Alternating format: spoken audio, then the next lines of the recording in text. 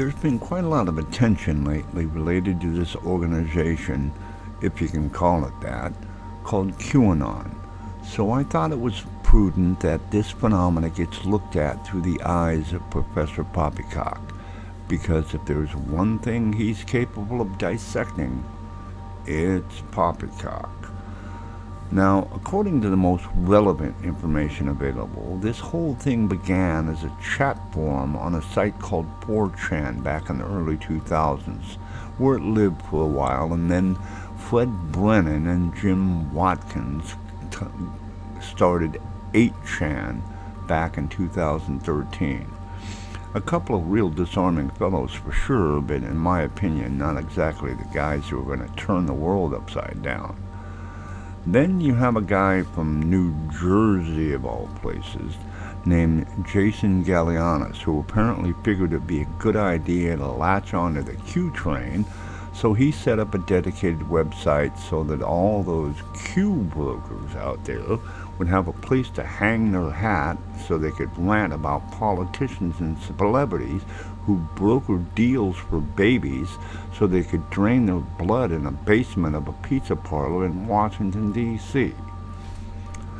Anyway, at this point, the whole thing is a fairly quiet, underground sort of thing, where like-minded folks can spread the gospel for what they claim is a massive deep state insider movement within the government to arrest all kinds of politicians who are totally corrupt and probably need to be hung as traitors. The forerunner for all of this is none other than Hillary Clinton. Yeah, she's a real demon, that one. Her list of dead bodies along the way is pretty impressive. But is she actually the devil? No, I think she's just another corrupt, power-hungry politician who pushed the cart for her philandering husband until it was her turn to drive the bus, only to discover that a lot of people didn't like the way she drove. This, of course, led to a lot of name-calling and boiling tempers by the orange one, and she eventually lost her bid for the big brass ring of the Oval Office. Hell, if it hadn't have been for the untimely death of John Kennedy Jr., she would have never gotten a Senate seat from New York.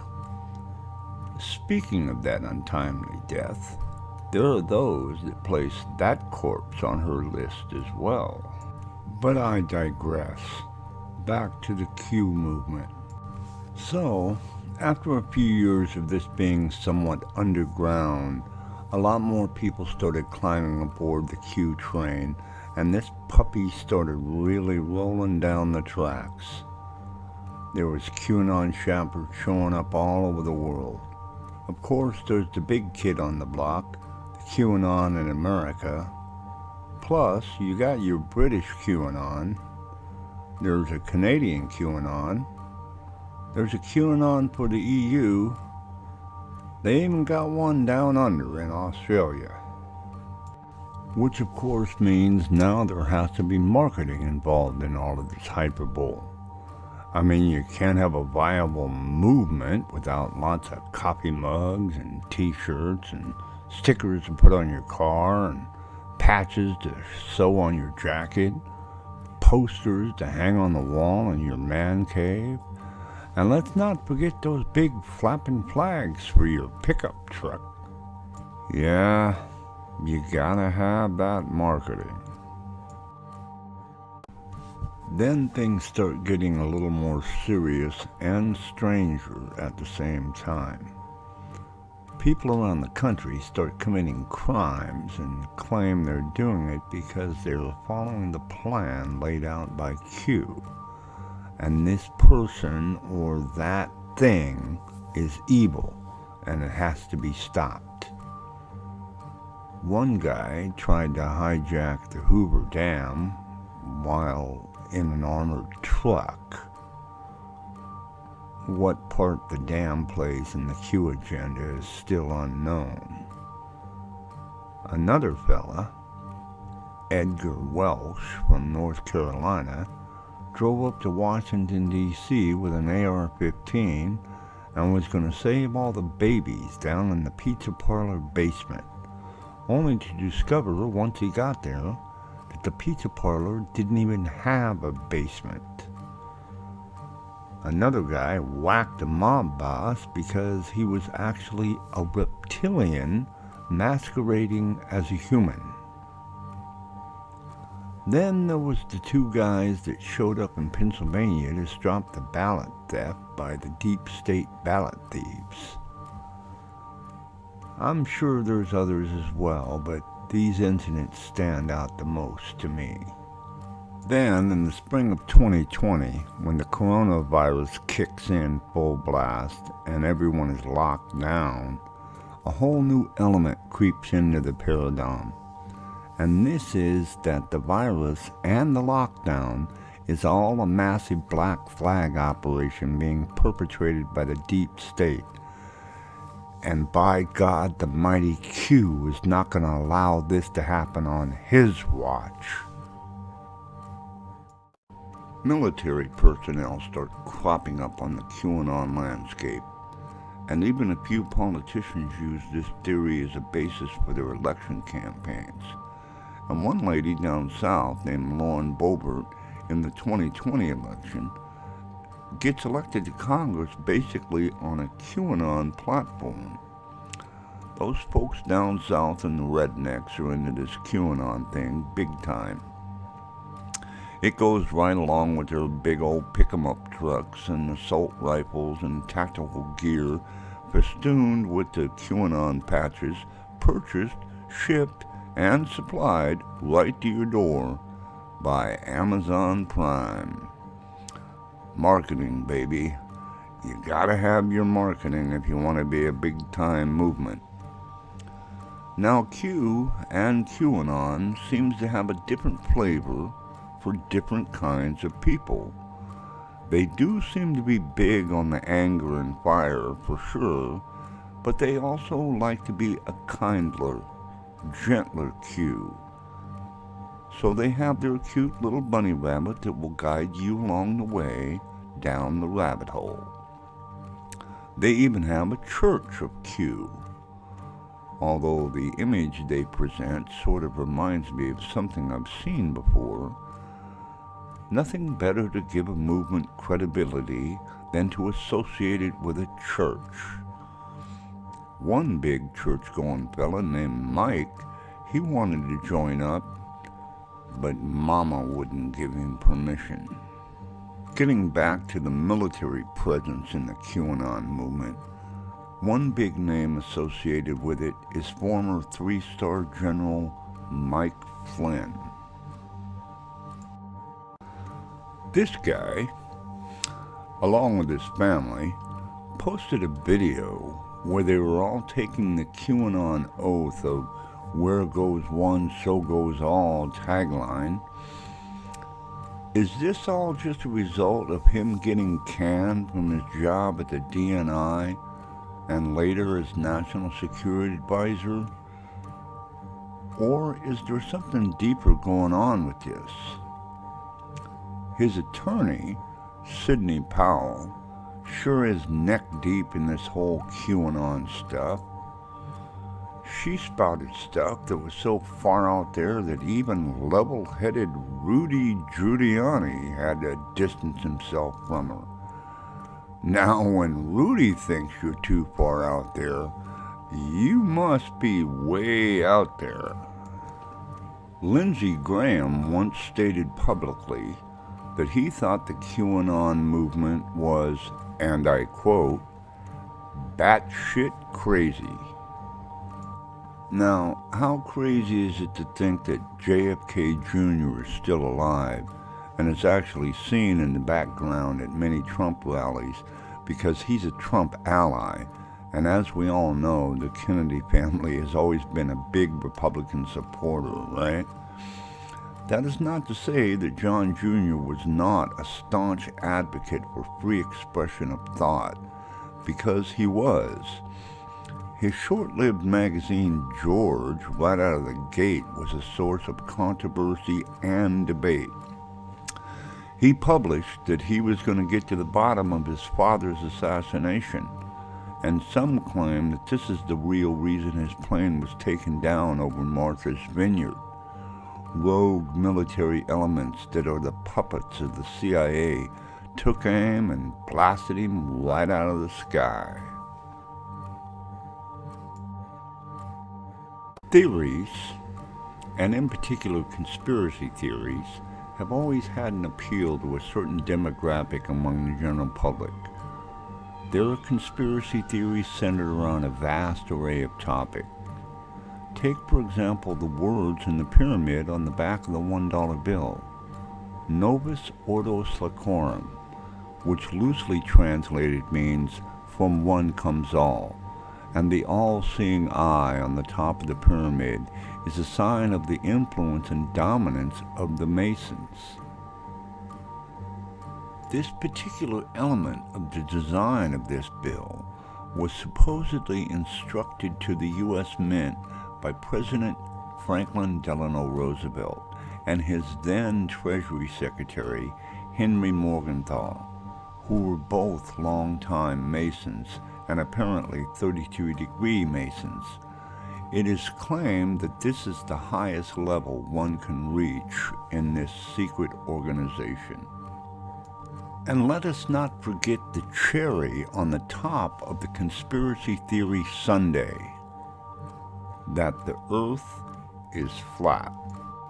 So, is it the Masons that are running the show? Or is it the infamous Rothschild family who have had control of much of the world's money for literally centuries? Or is it George Soros? Now, Georgie boy certainly has made a mountain of money over the years and has spent it in a lot of odd ways. George Soros has financed everything from the development of the radar range, which at the time were very expensive to buy, but now they're commonly known as microwaves and they're pretty cheap, to political campaigns for both Republicans and Democrats, because he's got to cover all the bases, right?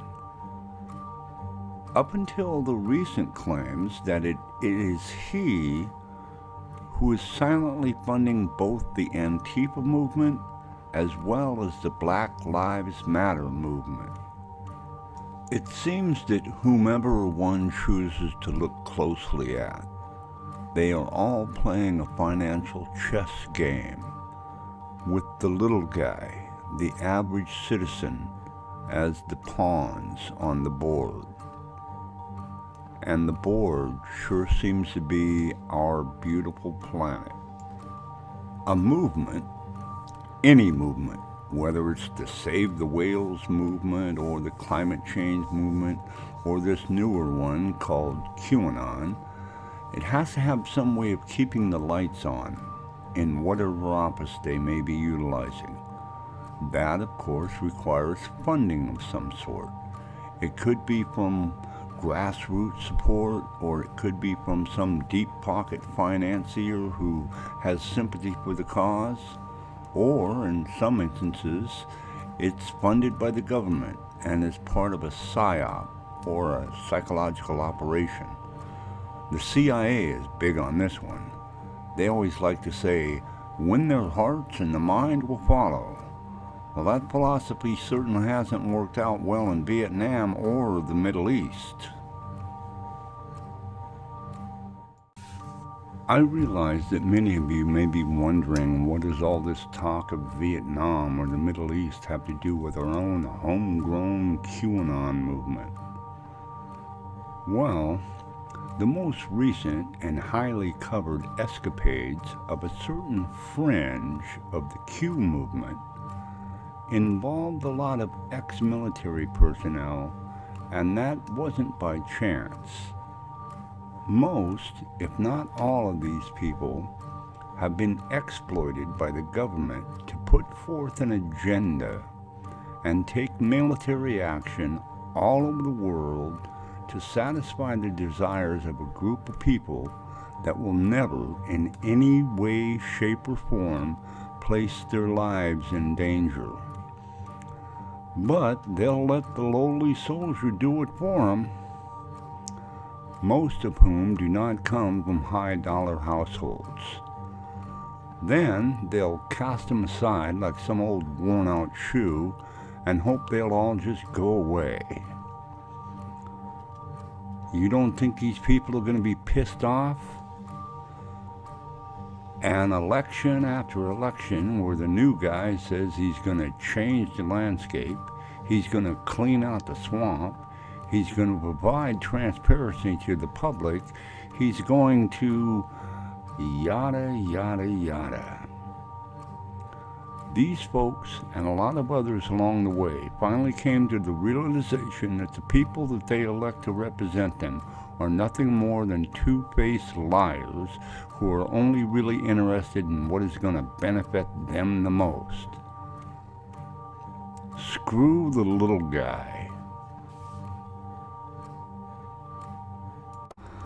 Then along came this web-based portal of sorts, propagated across the internet and social media platforms, that seemed to have the answers they so vehemently had craved for so long. So they jumped on board the Q train. I can understand how a lot of people will say that these people are insurrectionists and should be tried as traitors. But if one was to look closely and examine our Constitution and the oath that lies therein, one would find that it says that we that take that oath are to defend against all enemies, foreign and domestic.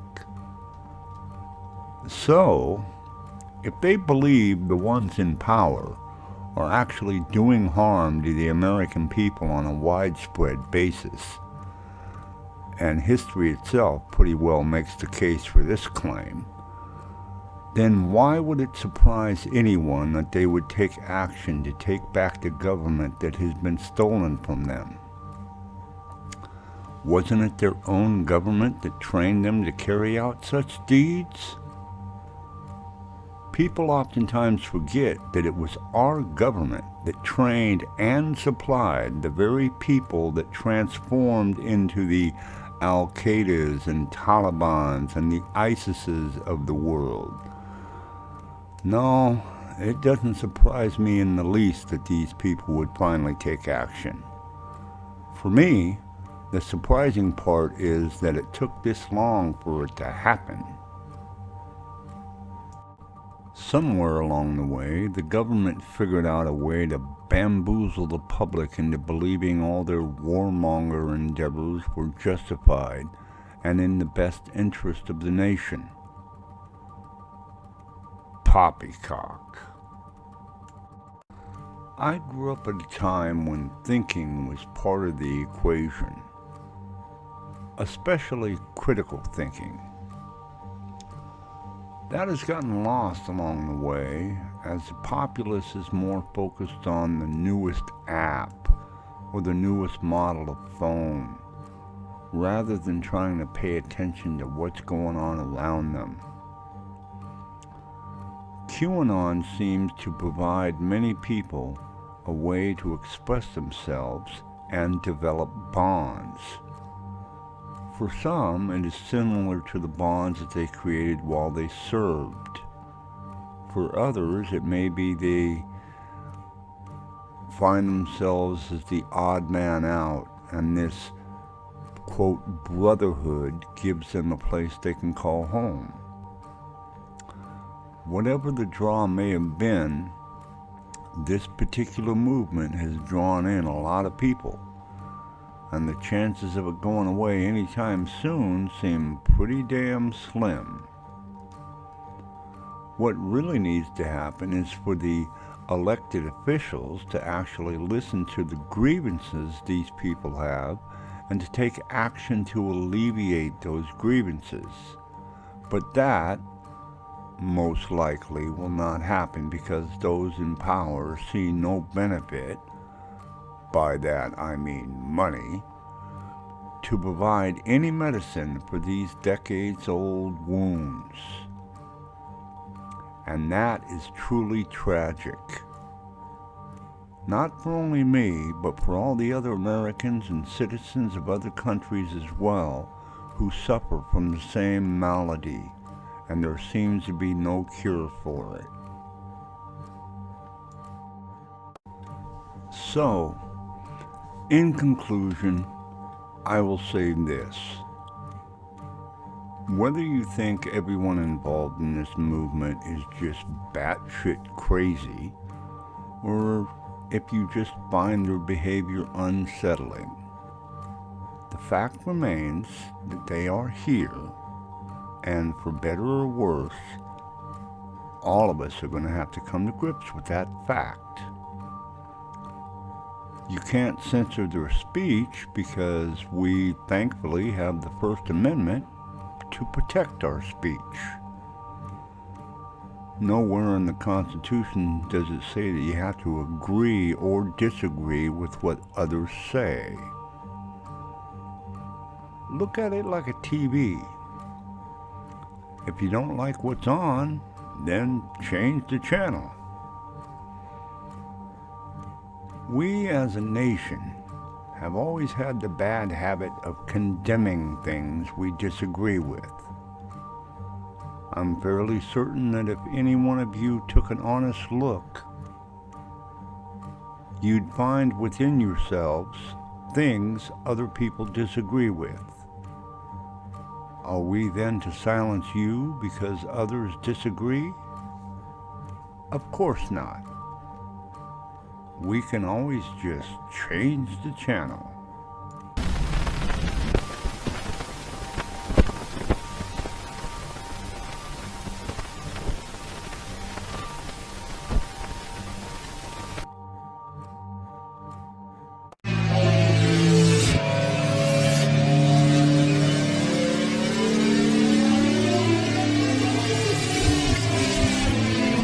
Don't forget to like and hit that subscribe button.